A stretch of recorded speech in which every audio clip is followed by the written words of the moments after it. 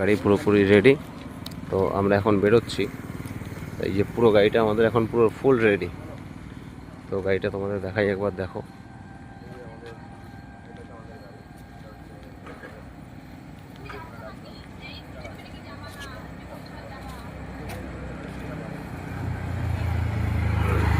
শুধু দেখো গাড়িটা একবার, দুটো গাড়ি আছে পরপর, দুটোই শুধু দেখাচ্ছি। এই আমাদের সব ব্লগাররা রেডি।